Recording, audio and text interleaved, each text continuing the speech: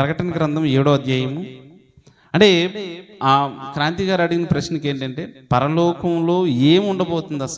అసలు పరలోకం ఎలా ఉండబోతుంది, పరలోకం ఎలా ఉండబోతుంది అని అడిగినప్పుడు, అంటే అక్కడ సూర్యుని ఎండైనను వడగాలైనను ఆగ్లైనను దాహమైనను, అంటే సూర్యుని ఎండ ఉండదట, వడగాలు ఉండదట, ఆకలి ఉండదట, దప్పుకు ఉండదట. చూడండి, ఇప్పుడు ఒక్కొక్క దాని గురించి మనం ఆలోచన చేస్తే, ఇప్పుడు ఈ ప్రపంచం అంతా దేని వైపు పరుగులు పెడుతుందండి? దేని వైపు పరుగులు పెడుతుంది? కూటు కోసము కోటి విద్యలు. కానీ అంటే డెవలప్మెంటు, టెక్నాలజీని చెబుతూ అంటే సమస్తం కూడా సర్వనాశనం చేస్తుంది. చూడండి, ఇప్పుడు మెడిసిన్ అవసరమే, కానీ మెడిసిన్ అవసరమే, కానీ దాన్ని ఎంతలాగా తయారు చేయాలంటే, జనాలు ఆహారాన్ని కోల్పోయి మెడిసిన్ తయారు చేసేటట్టుగా ఉండకూడదు. ఇప్పుడు రాజీపేటలో బల్క్ డ్రగ్ అనేది ఏర్పాటు చేస్తే ఈ చుట్టుపక్కల ఉన్న ప్రాంతాలన్నీ కూడా మత్స్య సంపద అనేది కోల్పోతుంది. అలాగే ఎక్కడైనా బయట సైడు రైతులు యొక్క పొలాలు తీసేసి అక్కడున్న చేస్తే, అక్కడున్న ఆ రైతులు, ఇప్పుడు ఉదాహరణకు ఒక బల్క్ డ్రగ్ కంపెనీ అంటే, బల్క్ అంటే ఎక్కువ మోతాదులో ఒకే చోట ఈ కెమికల్ కంపెనీస్ ఉంటాయి. ఇప్పుడు హెట్రోడెక్ అక్కడ కంపెనీ ఒకటి వేస్తేనే వాడు ఏంటి భూమిలో పెద్ద పెద్ద బోర్లు దింపి వాటర్ని వాడు తీసుకుని వాడుకుంటాడు. అలా వాడుకున్న వాటర్ తీయడం వల్ల ఏంటంటే, వాడేయడం వల్ల ఏమవుతుందంటే, అక్కడ ఉన్న వాటర్ లెవెల్స్ కిందకి పడిపోతుంటాయి. మన గ్రామంలో అయితే 30 అడుగులకే వాటర్ పడుతుంది. మరి ఇలాంటి ప్రాంతాల్లో ఒకవేళ అలాంటి కంపెనీస్ వచ్చాయనుకోండి, ఇప్పుడు వాటర్ లెవెల్ ఏమవుతుంది? 50 అడుగులు, 100 అడుగులు, 200 అడుగులు, 150 అడుగులు, కొన్ని చోట్ల వాటరే పడదు. అంటే వాటర్ పోతుంది. ఇప్పుడు పంటలు పండాలంటే ఏముండాలి? వాటర్ ఉండాలి. అంటే ఇప్పుడు ప్రాముఖ్యంగా అక్కడ వాటరే ఉండట్లేదు, అక్కడ పంటలు పండవు, ఇంకా వారికి ఆహారం లేదు. సముద్రంలో చూస్తే చేపలు. అంటే ఈ విధంగా ఏం కోల్పోతుంది? ఇప్పుడు టెక్నాలజీ అని పేరుతోని, అభివృద్ధి అని పేరుతోని, లేదంటే కొందరు స్వార్థంతో ఇక్కడ ఏం జరుగుతుందంటే, ఇక్కడ ఉన్న ఆహారాన్నే సర్వనాశనం చేసుకుంటుంది. కానీ ఈ చదువులు ఎన్ని కూడా ఇది కూటి కోసమే కోటి విద్యలు. అంటే భవిష్యత్ కాలంలో మనం ఆహారం ఎలా తింటాం? ఇప్పుడు భవిష్యత్ కాలంలో ఆహారం ఎలా తింటారు? పిల్స్ వేసుకుంటారు, మాత్రలు వేసుకుంటారు. ఇప్పుడు స్పేస్లోకి వెళ్ళేవారు ఇక్కడలాగా వాళ్ళు వంట చేసుకోవడానికి లేదు. భూమి మీదలాగా వాళ్ళకి వండుకునే సదుపాయం ఉండదు అక్కడ. కనుక వారు ఇదిగో చికెన్ కర్రీ ఒక ఫిల్ ఉంటుంది, అదే బ్రింజిల్ అంటే వంకాయ కూర ఒక ఫిల్ ఉంటుంది. అంటే ఫిల్ అంటే ఏంటి? మాత్ర ఒక ట్యాబ్లెట్, అంటే వెజిటేబుల్ కూర ఒక ట్యాబ్లెట్, రైస్ ఒక ట్యాబ్లెట్, చికెన్ కర్రీ ఒక ట్యాబ్లెట్. అది వేసుకునే వాళ్ళు, ఆహా నేను ఈ పూట అంటే చికెన్ కర్రీకి సంబంధించిన ట్యాబ్లెట్ వేసుకుని నేను ఈరోజు ఏం చేశాను, మాంసం తిన్నానని ఫీల్ అవ్వాలి. చూడండి ఎక్కడి నుంచి ఎక్కడికి వెళ్ళిపోతుంది అసలు. ఇకపోతే చూడండి, ఎంత కూటి కోసం చాలా వారు చాలా ఇబ్బందులు పడుతున్న పరిస్థితులు సమాజంలో ఏంటి? ఎందుకమ్మా నువ్వు వ్యభిచారం చేస్తున్నావు అని అంటే, ఇదిగో నా కుటుంబాన్ని పెంచుకోవడానికి, ఆకలి దప్పులు తీర్చుకోవడానికి. విన్నావా లేదా ఈ సంఘటనలు? ఎప్పుడైనా కరువుకు వచ్చేసి ఒక దేశం అంతా కూడా కరువుల్లో పడిపోయి ఇబ్బందులు పడిపోయిన దేశాలు ఉన్నాయి. అంటే ఈ భూమి మీద దేనికి ఆయత్తపడుతున్నారు ప్రజలు అని అంటే, ఇదిగో ఆహారం కోసం ఆయత్తపడుతున్నారు. మరి ఇప్పుడు దేవుడు ఏం చేస్తానంటున్నాడు? పరలోకంలో ఏం చేయబోతున్నాను అంటున్నాడు?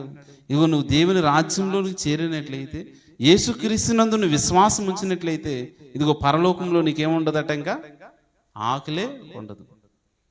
ఏంటి ఇప్పుడు మనం పుట్టిన దగ్గర నుంచి ఇప్పుడు వరకు ఎన్ని బస్తాలు రైస్ తిని ఉంటాం? ఒక రోజుకి ఒక 1/2 కేజీ రైస్ వేసుకున్నాం. 3 పూటలకు వెళ్ళి ఒక 1/2 కేజీ తింటామా, కేజీ తింటామా? 1 కేజీ రైస్ వేసుకుంటే 3 పూటలకి ఒక బస్తాలు అంటే 100 కేజీలు ఎన్ని రోజులు? 3 నెలలకి 100 కేజీలు రైస్ అంటే తినేస్తున్నాం. అంటే ఒక పావు బస్తా అయితే, అంటే ఒక నెలకి ఒక పావు బస్తా తినేస్తున్నాం. 25 కేజీలు ఒక నెలకి తినేస్తున్నాం కదా. లేదంటే ఒకటి వేసుకోండి, అంటే 2 నెలలకు ఒక బస్తా అయిపోతే మరి సంవత్సరానికి ఎన్ని బస్తాలు? అప్పుడు 12 నెలలకి 6 పావు బస్తాలు అవుతున్నాయి మనం తినే రైస్.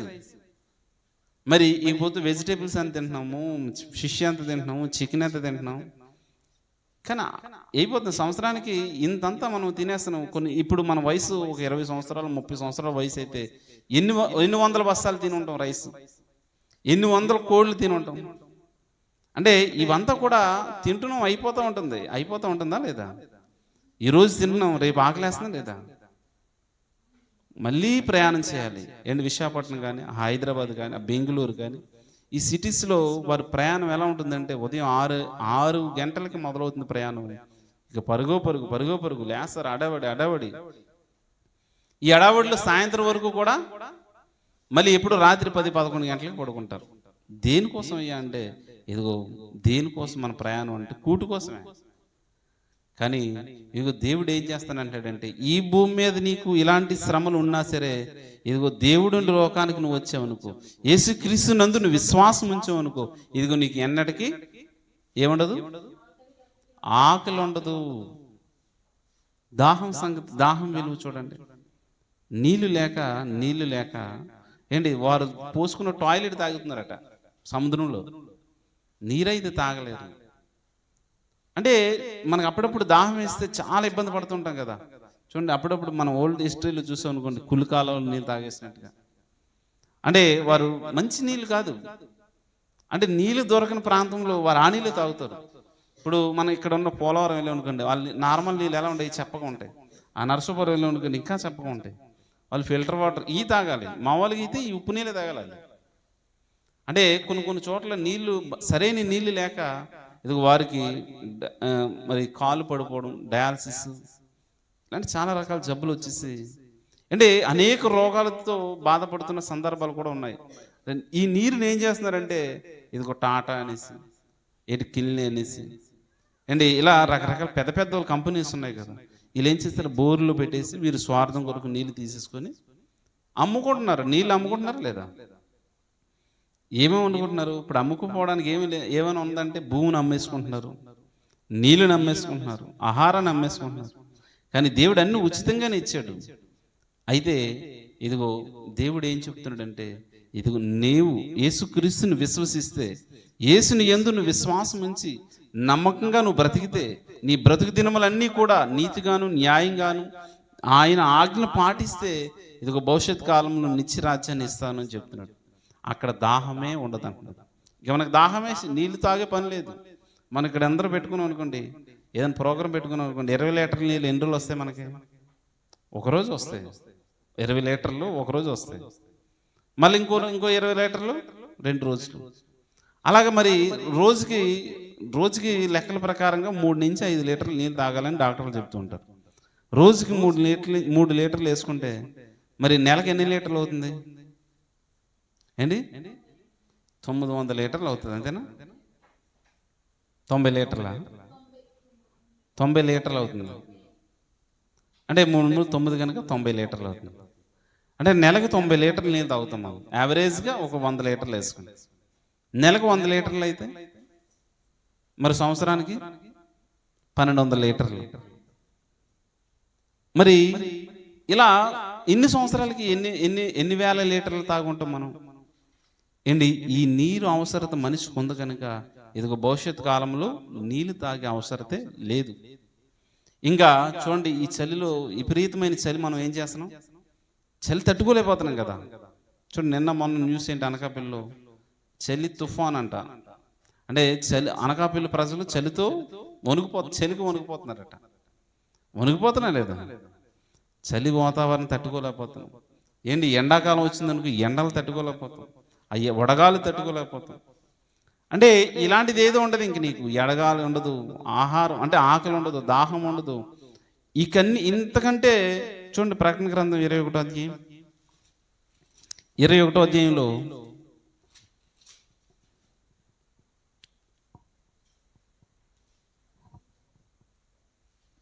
4వ వచనం, ఆయన వారి కన్నులు ప్రతి బాష్ప బిందువును తుడిసివేసెను. అంటే మరణము అంటే మరణించే పని లేదు ఇంక వారికి. దుఃఖమైనను ఏడ్పైనను వేదనైనను ఇక ఉండదు.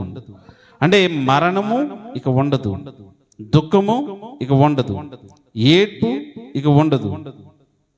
ఏంటి వేదన ఇక ఉండవు. అంటే దుఃఖిస్తారా లేదా? వేదన పెడతారా లేదా?